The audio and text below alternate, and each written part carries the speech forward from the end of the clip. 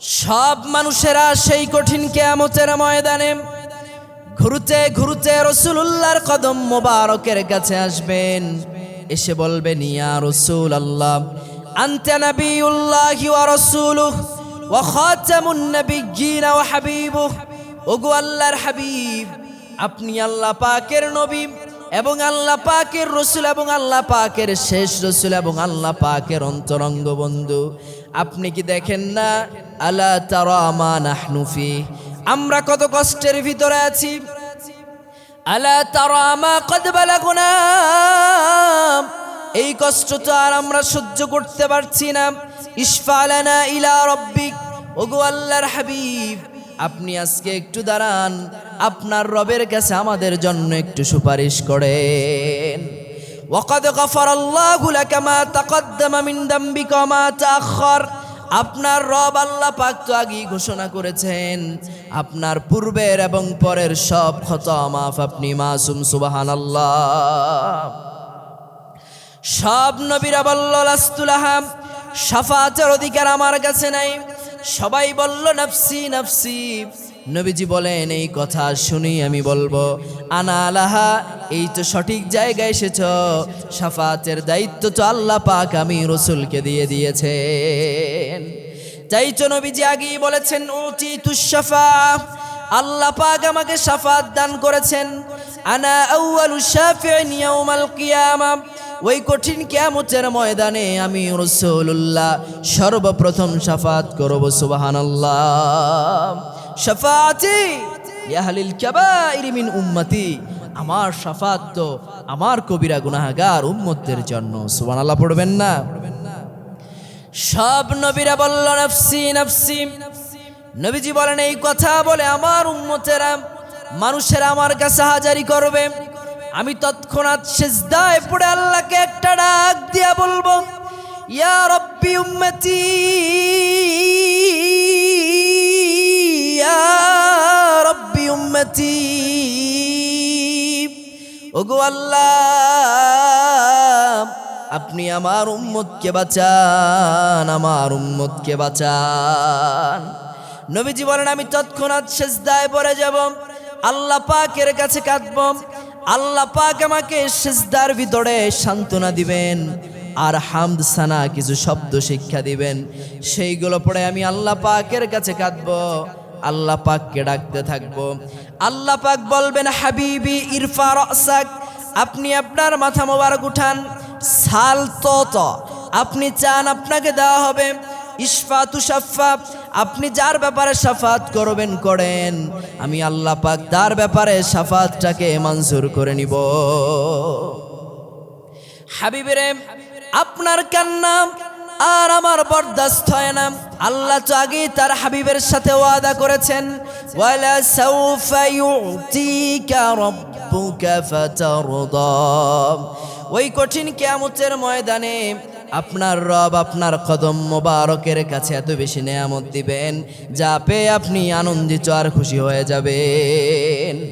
আল্লাহ পাক বলবেন হাবিবেরে আপনার উম্মতের মধ্য থেকে ৭০,০০০কে নিয়ে ডান দিক থেকে বিনা হিসেবে জান্নাতে চলে যান।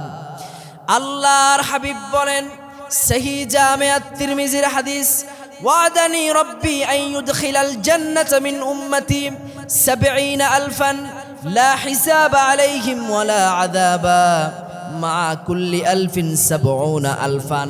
আল্লাহর হাবিব বলেন আল্লাহ পাক আগেই আমার সাথে ওয়াদা করেছেন আমার উম্মতের মধ্য থেকে ৭০,০০০কে বিনা হিসেবে বিনা যাবে জান্নাতে প্রবেশ করাবেন।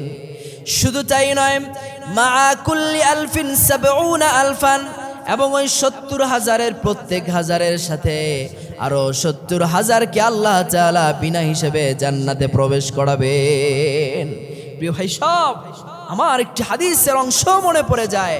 মেরাজে ষষ্ঠ আসমানে যখন আমার প্রিয় নবীজির সাথে হযরত মূসা আলাইহিস সালামের সাথে দেখা, আমার নবীজি দেখলেন হযরত মূসা আলাইহিস সালামের দূরে যত দূর দৃষ্টি যায় শুধু কালো আর গাঢ়।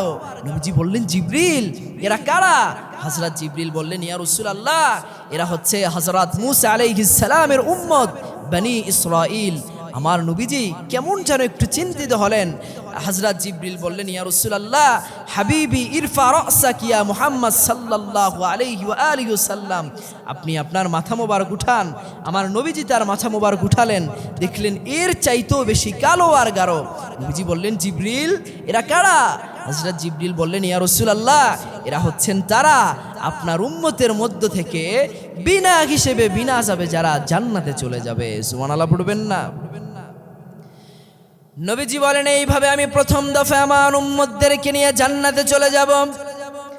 দ্বিতীয়বার এসে আবার আল্লাহ পাকের কাছে কাঁদবো আর একটা কথাই বলবো, ইয়া রব্বি উম্মতি, ইয়া রব্বি উম্মতি, ইয়া রব্বি উম্মতি। ওগো আল্লাহ, আপনি আমার উম্মতকে বাঁচান, আমার উম্মতকে বাঁচান। অপর এক বর্ণনা এসেছে, আল্লাহর হাবিবের এই কান্না দেখে আল্লাহ পাক জাহান্নামের দ্বাররক্ষী ফেরেশতা মালিককে ডাক দিয়ে বলবেন, মালিক রে, যাও তো জাহান্নামটা একটু ঘুরে আসো, জাহান্নামটা একটু দেখে আসো, আর আমার হাবিবের উম্মতরা জাহান্নামের ভিতরে কি অবস্থায় তা একটু দেখে আসো। জাহান্নামের দ্বাররক্ষী ফেরেশতা মালিক 7 জাহান্নাম ঘুরে আসবেন, আল্লাহর হাবিবের উম্মতদেরকেও দেখে আসবেন, এসে বলবেন, ওগো আরশের মালিক, তোমার 7 জাহান্নাম ঘুরে আসলাম, তোমার হাবিবের উম্মতদেরকেও দেখে আসলাম, কারো বা হাঁটু পর্যন্ত জ্বলছে, কারো বা বুক পর্যন্ত জ্বলছে, কারো বা গলা পর্যন্ত জ্বলছে, কিন্তু রব অবাক হয়ে দেখে আসলাম, ওয়ালা তাকুলুন নারু সুওয়ারহুম, তোমার হাবিবের উম্মতের মধ্যে যারা আছে তাদের চেহারার মধ্যে বিন্দুমাত্র আগুন এখনো স্পর্শ করে নাই। সুবহানাল্লাহ। আল্লাহর হাবিবের আজমতের কারণে যার উম্মতরাও জাহান্নামের ভিতরে বিশেষভাবে হেফাজতে থাকবেন। সুবহানাল্লাহ পড়েন।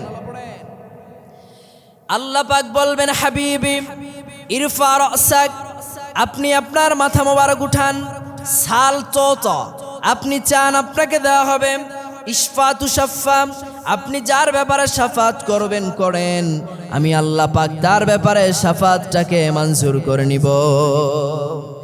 আল্লাহ পাক বলবেন, হাবিবরে, মান কানা ফি কলবিহি হাববাতিন খরদালিন মিনাল ঈমান, হাবিবরে, যার অন্তরে এক সরিষার দানা পরিমাণ ঈমান পাওয়া যায়, তাকেও আপনি বের করে জান্নাতের ভিতরে প্রবেশ করায় দেন। এরপর নবীজি লাস্ট পারে সে আল্লাহ পাকের কাছে আবার কাঁদবেন।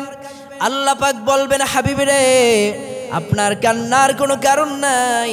যেই ব্যক্তি জীবনে এই কথা একবার বলেছে, যেই ব্যক্তি এই বাক্য জীবনে একবার পড়েছে, লা ইলাহা ইল্লাল্লাহ, তাকেও আপনি বের করে জান্নাতের ভিতরে প্রবেশ করায় দেন। সুবহানাল্লাহ।